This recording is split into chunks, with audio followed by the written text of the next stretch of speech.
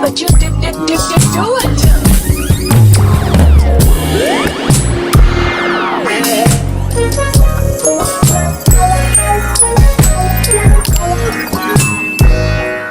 And okay. Hi guys, and welcome back to this episode of Love Speak. I am Love.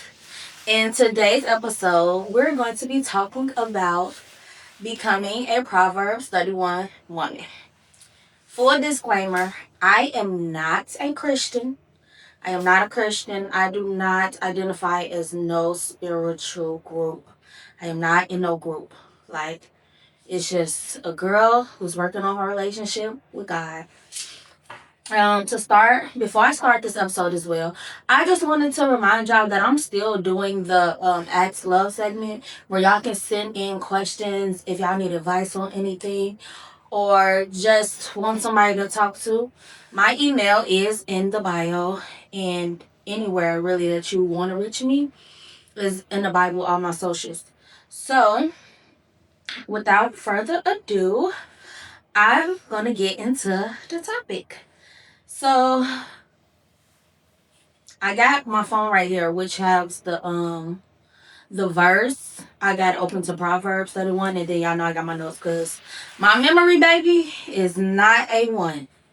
But so I want to start with the verse because I feel would look like, and I want to basically explain how I feel God is interpreting, his words and what I got from it and what dropped in my spirit when I read Proverbs 31, and just some key points that I feel like I've been working on as far as becoming a wife and a mother, and you know waiting for God to send me my person. But these are some just of the things that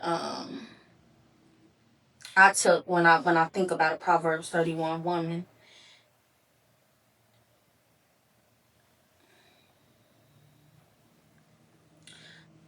So it says, a wife of noble character who can find? She is worth far more than rubies. Her husband has full confidence in her and lacks nothing of value. She brings him good, not harm. Now, that little scripture is so important to me because as a woman, you have to understand that you hold the power.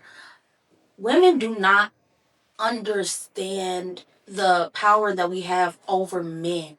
Like, if a man gets like entangled with the wrong spirit type of woman, she can destroy him because we hold love, and we have the ability to destroy a man or to build a man. And I feel like when I look in this generation, we look at men and we hold them in some type of category. We have expectations for them. We set expectations of what we want our man to do and how we want our man to be, and how we want to do how we want our man to do all these things, instead of thinking about what we have to bring to the table and how we can help build him. Like, sometimes I see women that says, well, my man have to have a job and he have to work this and he have to do that and we have to do that. Sometimes when God bring a woman into a man's life, it is to help him get there. Sometimes I feel like we can lose out on who God is bringing into our lives by waiting for him to have it all together.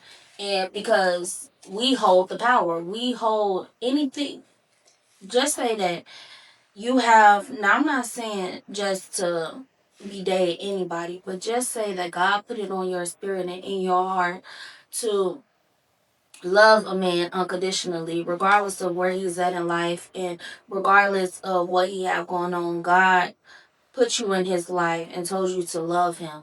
But we be disobedient because we like, well, he ain't got this, and then we do things like listen to our friends.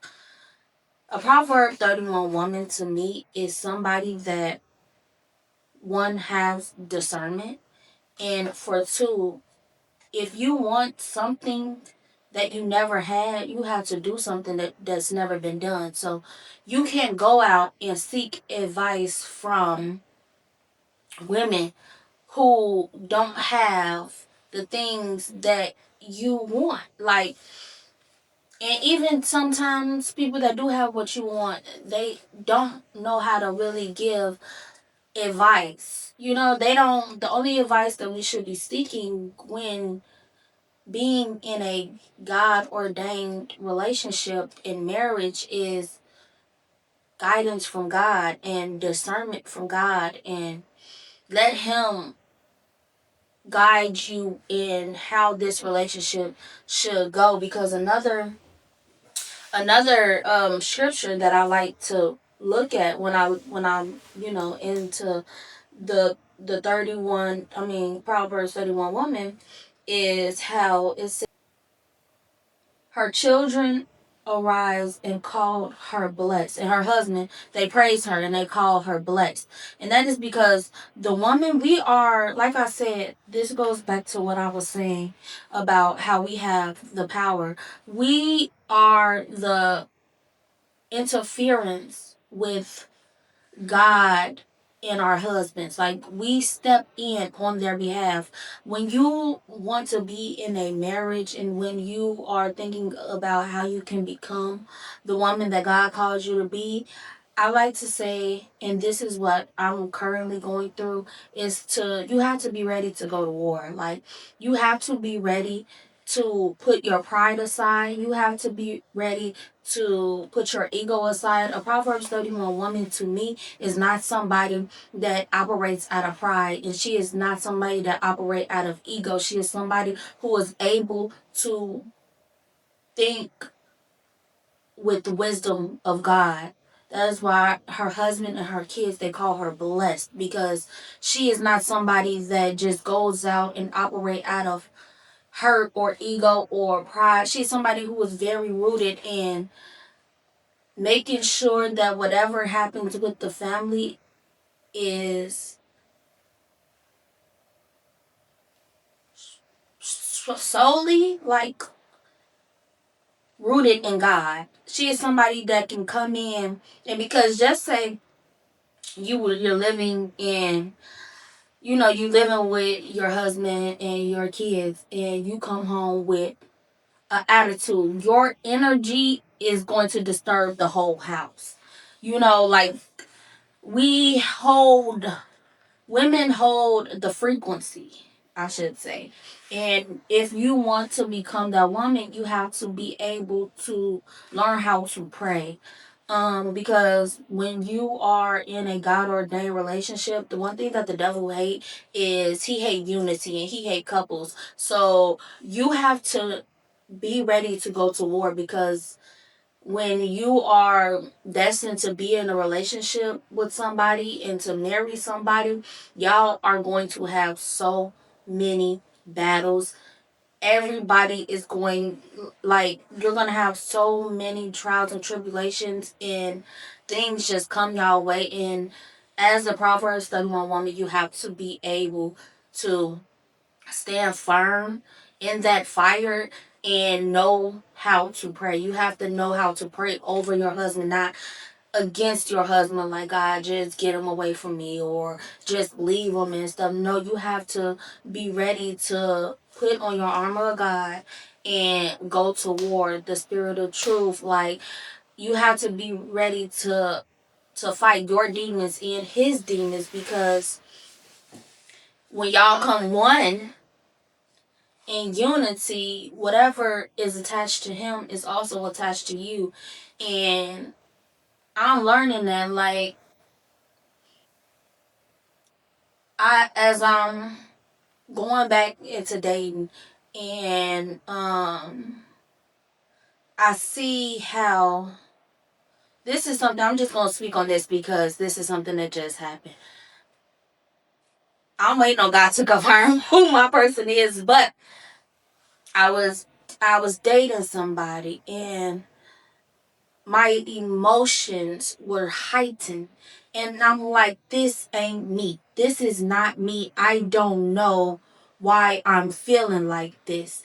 And I had to reflect and had to go into prayer and I had to ask God, and God had to, like, God literally just revealed this to me, that these are not your emotions that you are feeling. I've heard this time and time again before, but to actually experience it and like be able to come out of it with that knowledge, like, oh, these are my feelings that I'm experiencing, but something that's attached to the person that I'm dealing with. So let me go into prayer for him. Let me intercede on his behalf, because that is why God is allowing me to feel what I'm feeling. That is why I am going, like, I am behaving the way that I'm behaving, because I am interceding on somebody else's behalf.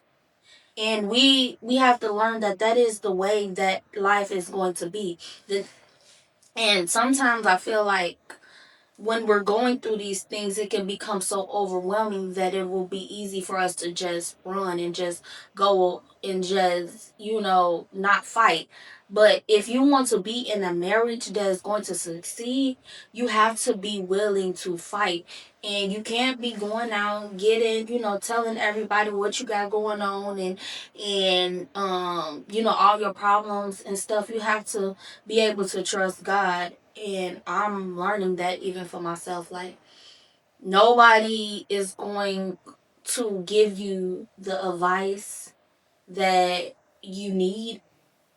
Nobody but God can give you the advice, because the relationship that we want and the love that we want is only going to be able to be given by the love that we have with God. Like, the love that we give God and the respect that we give God is going to reflect back into our relationship.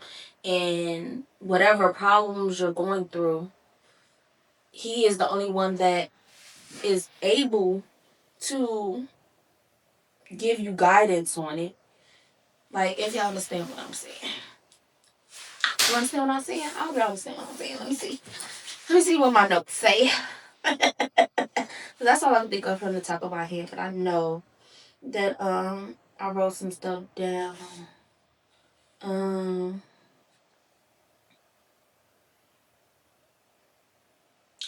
oh, I wanted to point out that also faithful, she speak with wisdom and faithful instructions on her tongue. Yes, that okay. Since we still on that, like, I'm still kind of on that. Let's just wrap that part up. So in that chapter, it says that she speaks with wisdom and faithful instructions on her tongue.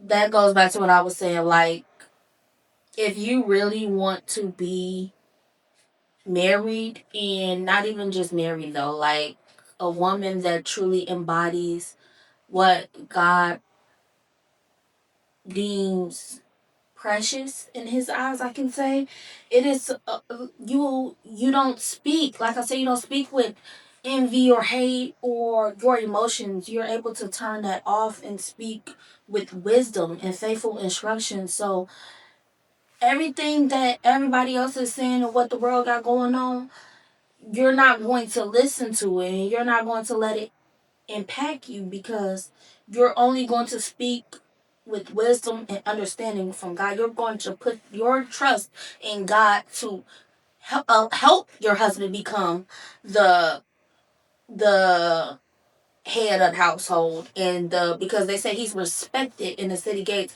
Yes, he's going to take y'all where y'all need to go, but he's going to lean on his wife to be able to build the empire, because in the Bible it says that God created Adam a helpmate. He didn't create her somebody to cater to. Like, he's not built, like, he wasn't built to cater to this woman.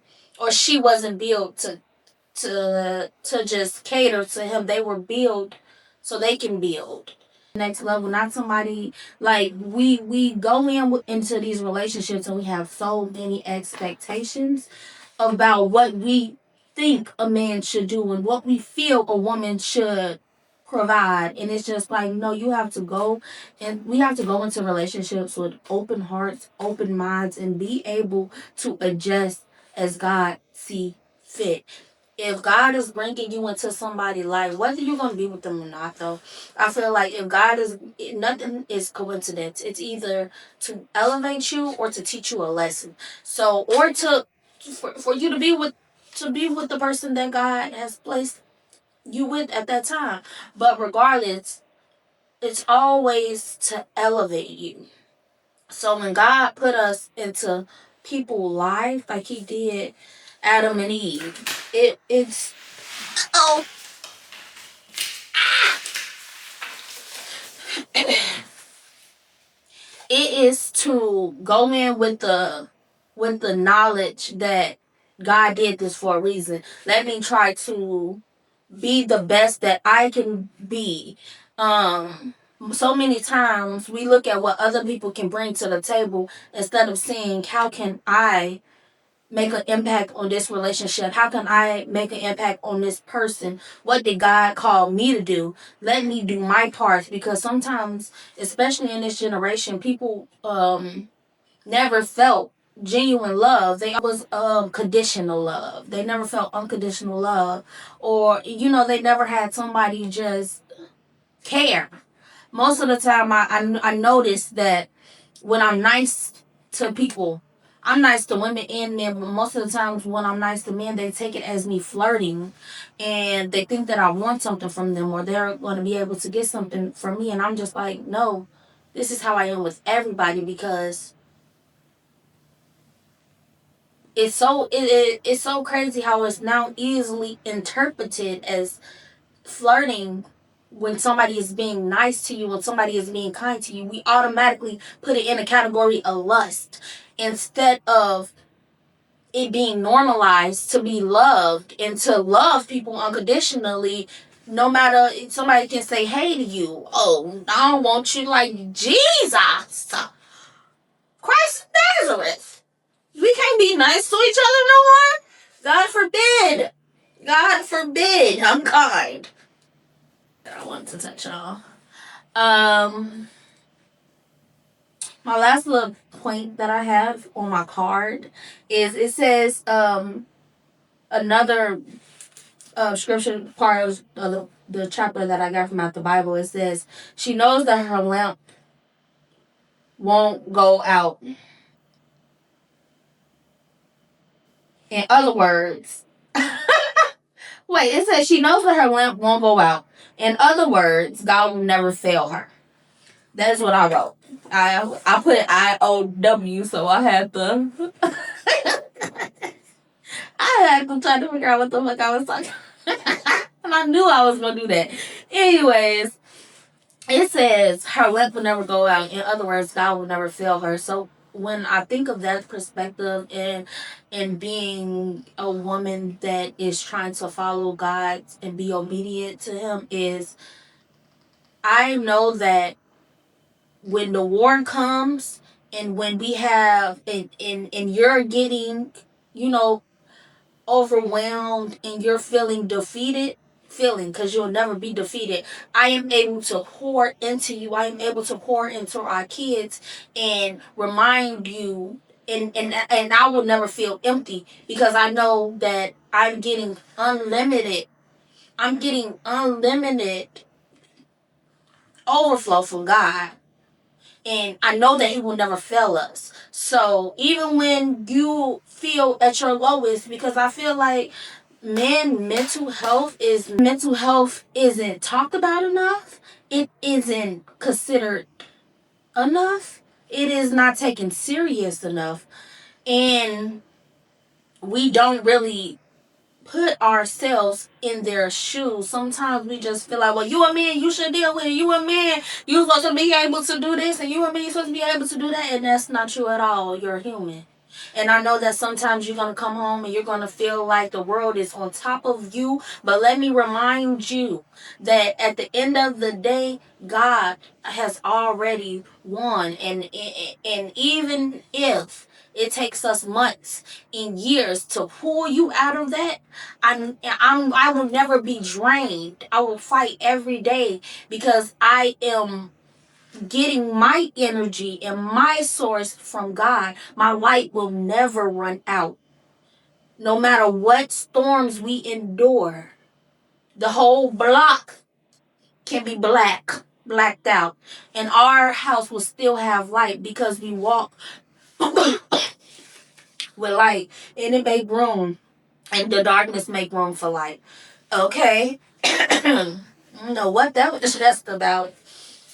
But darkness is gonna always make way for light. So when you want to be the woman that God called you to be, we have to learn how to take care of ourselves, and we have to learn how to go into prayer and go to war, because at the end of the day, everything that happened is spiritual. And a woman, God, when you look in the Bible, you look at all the women in the Bible, God always answered his daughter's prayer. He's a girl that he is a girl dad. Like, real quick. But God is a girl dad. So any prayer that his daughter wish upon, or something that he see her really going to war for, God is going to always deliver. He's always going to answer his daughter's prayer. That's why we intercede on behalf of our husbands. I don't know why it's like that, but God don't play about his children. He don't play about his grandchildren either. But he knows that him who finds a wife finds a good thing, because he has something far more precious than rubies and gold. When the women, we have a intuition about us, and we have like a nurturing spirit about us, and we make that part of God. Like, God made us in that part of his image. So when you find somebody who embody that, God's like, oh, I'm answering her prayer right away, because also I feel like as a woman we naturally are more like givers, and like when I'm not explain it. I'm not explain it a little bit. But yeah, so I just feel like if you want to be a wife and you're looking to be a wife and a Proverb 31 woman, and who God called us to be as a woman, I just think that it's very important to be true to who you are first and foremost, and to be able to not always be right too. Like, I see a lot of women like that always have to be right, and sometimes it's okay to be wrong. Sometimes it's okay to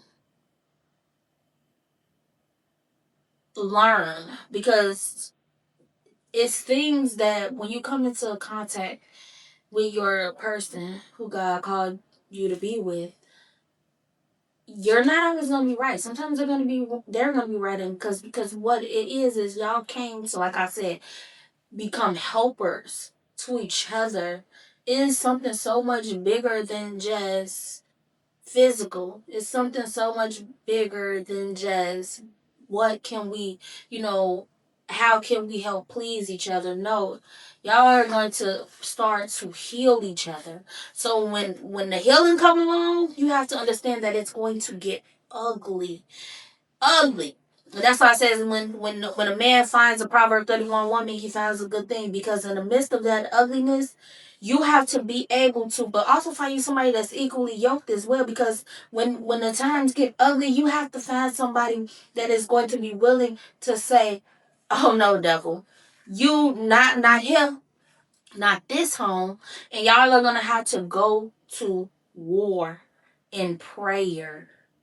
Y'all are going to have to pray, because it is going to get hard. It is going to get ugly. It is going to feel like this weight. But when you are doing your part on what God called you to do, you're never going to lose. He's already went in and he's already won, but you have to be willing to fight. So you have to find somebody though that's willing to fight with you. Like I said, like you never know why God called you into somebody's life, but just know that he's not, this is not me saying just be with this person that's beating on you, or be with this person. Let me love this person because even though they hit me, they still love me. That's not love. It's a thin line between narcissist and loving somebody. Like, no, you need to get that Stockholm syndrome. You probably need to get away from that.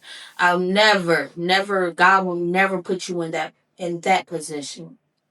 But if you see somebody that's been hurt, if just say he put you in a position to where, let me give an example, because I don't want nobody to think that encouraging you to stay in somewhere where you're being abused or you're being misled. Let me make it clear. Just say that you meet somebody and he's not where he wants to be, or where he's comfortable with being, or where you're comfortable with him being financially, and he's also um kind of closed off as if he been hurt, but he don't say stuff to try to hurt you, or he don't move in ways to where he's manipulating you or purposely, because sometimes people can, it's a difference between narcissists and having narcissistic ways. So somebody can be a flat out narcissist, but somebody can have narcissistic ways just based off of things that they've been through and how they learned to operate. It's two totally different things. They can have narcissistic tendencies because we all do. That's why it's so important to not move out of your own ego and pride and stuff when you are trying to become a woman of God, because you have so much power over a man, because we can be narcissists. You have to not embody the narcissistic tendencies. You have to understand what they are. How, like, look like, am I manipulating this man to, am I trying to guilt trip him to doing what I want him to do? Am I trying to, because sometimes we tend to play victim instead of owning up to what we've done and things that we've stuff that we done. It's just like, know why God brought you into somebody's life, and if it is for that, to build with them, know the difference between narcissistic ways and a narcissist. Somebody that have narcissistic ways, like, and probably, like, you can just tell they've been through some stuff. That does not mean that you have to run, but God probably will send you into their life to intercede on their behalf and help them work through those things, because that is what you were sent there for. And your partner is going to do the same thing though, because that is who y'all are. Like, y'all really mirror each other. So as much as you heal, they will heal. If not, oh well. I'm that just me. And that right there be thing. I be tired of trying to like get my words together and trying to remember, trying to figure out what I be trying to say, because sometimes like, it just be hard and it's stressing me out sometimes, for real, for real. But I'm glad we got through and we done. Oh, anyways, yes, that is the end of this episode of Love Speaks. Thank you. And do not forget, I am still doing a Ask Love. So any questions, if y'all have, you know what I'm saying? If you wanna, you know what I'm saying? Ask me something or give advice or give me some advice.